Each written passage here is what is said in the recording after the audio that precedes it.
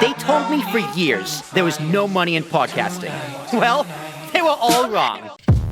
Fred Clare, who was the former general manager of the Dodgers for years, I think about 12 years, he signed Hideo Nomo. He essentially opened the floodgates for the Japanese to come over and play in Japan.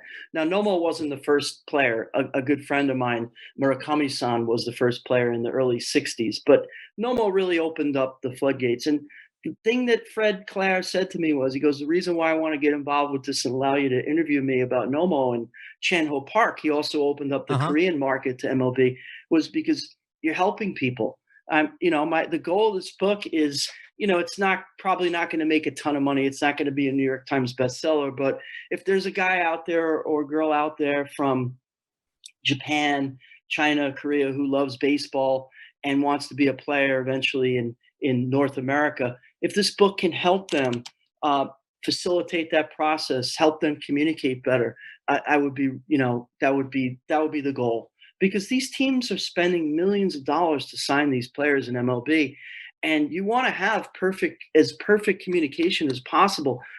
As I put in the book, you really can't rely on these translators a lot, on the interpreters. A lot of them, unfortunately, were not baseball people. They might be great with linguistics, being bilingual in Japanese, Spanish, or Chinese or Korean, whatever the language might be. But a lot of times, this is the complaint within MLB, the translators or the interpreters are not baseball people. So if somebody says the catcher, there's a conference on the mound between the catcher, the pitcher, and the translator, and the catcher says, show me the cheese, right? Give me, I want a fastball.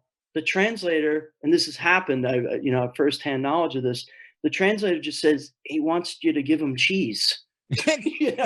So if that can be avoided, that would, that maybe the guy throws a slider or a curveball and the guy was sitting on it and he wasn't expecting a fastball. So that could have, ruined the game and the championship or whatever for a team just by having miscommunication. So you want to try to have good communication in baseball, improve it.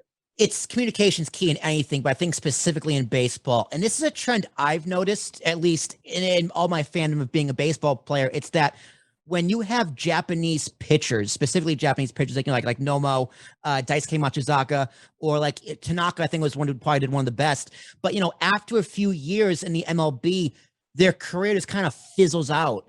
They just don't do as well. And you have players like Ichiro, Kurt Suzuki, Hideki Matsui, who just have these long, incredible careers, like Hall of Fame careers to some extent.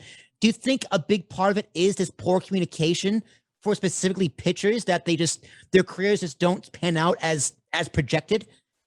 Well, it's funny you say that. There's a pitcher by the name of Kei Igawa who the Yankees signed, and you can go back and Google his name, Igawa. Oh, yes. No, I do remember him. And he blamed, or he said part of the reason why he felt he wasn't having success is because he felt so isolated. Yeah. The culture shock and the language barrier.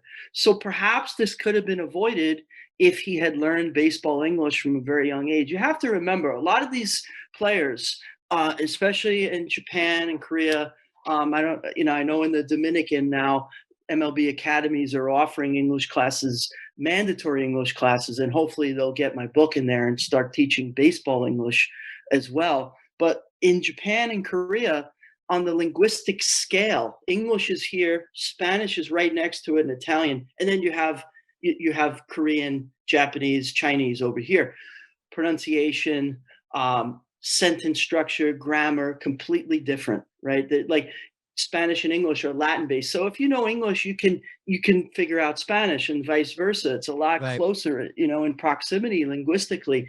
So I think, especially in Asia, if boys and girls are interested in becoming professional baseball players and playing even at the international level, where English is the lingua franca, or the common language on the field, talking with umpires and other coaches and things like that.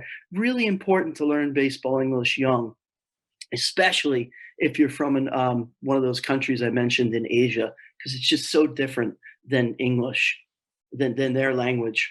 No, for sure. And like it's only gonna help you. And I totally get it from like a player's perspective. It's like, listen, I'm here to throw a baseball. That's my main focus. Like English comes second. And I totally get that because they're paid millions of dollars to throw a baseball or hit a baseball, play in the field, not to learn English. But learning English only helps